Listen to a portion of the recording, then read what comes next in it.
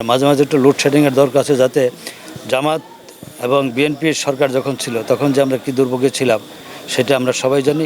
একজন বলতেছেন যে গ্যাস এবং বিদ্যুতের কথা। আপনারা জানেন ইতিপূর্বে কী পরিমাণ মাঝে মাঝে বিদ্যুৎ যাওয়া উচিত, এই জন্য হচ্ছে জামাত বিএনপির আমলে যে বিদ্যুৎ মানে আসতো বা যেত, এই খেলাটা কিন্তু আগে মাঝে মাঝে একটু লোডশেডিংয়ের দরকার আছে, যাতে জামাত এবং বিএনপির সরকার যখন ছিল তখন যে আমরা কী দুর্ভোগে ছিলাম সেটা আমরা সবাই জানি। কিন্তু এখনও আমরা মনে করি আমরা বিদ্যুতে খুব খারাপ অবস্থায় আছি, এটা বলা যাবে না। আমরা এই রমজানে বিশেষ করে ইফতারি এবং ইফতারি পরবর্তী সময়ে তারাবি সহ আমাদের সেহরির সময় কিন্তু আমরা বিদ্যুৎ পাচ্ছি।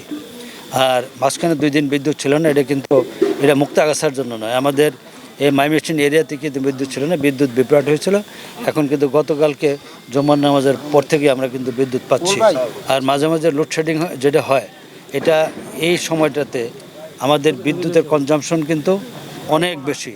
আমাদের বাড়িতে ফ্রিজ থেকে শুরু করে তারপর এয়ার কন্ডিশনার থেকে শুরু করে আমাদের এখানে যে মাঠ আজকে ফসলে ভরা, সেই মাঠে যে পরিমাণ ডিপ টিউবওয়েল এবং বিদ্যুৎ লাগে এবং সেলো টিউবওয়েল আছে, সেই হিসাবে বিদ্যুৎ আমরা আমাদের কৃষক বা আমাদের সাধারণ মানুষ যারা আছে এখনও বিদ্যুৎ নিয়ে তাদের এই পর্যন্ত আমি যতটুকু জানি তারা স্যাটিসফাই আছে এবং জননেত্রী শেখ হাসিনা বিদ্যুতের ঘরে ঘরে বিদ্যুৎ পৌঁছে দিছে এবং আমরা কিন্তু 100% এখন বিদ্যুতায়ন হয়েছে।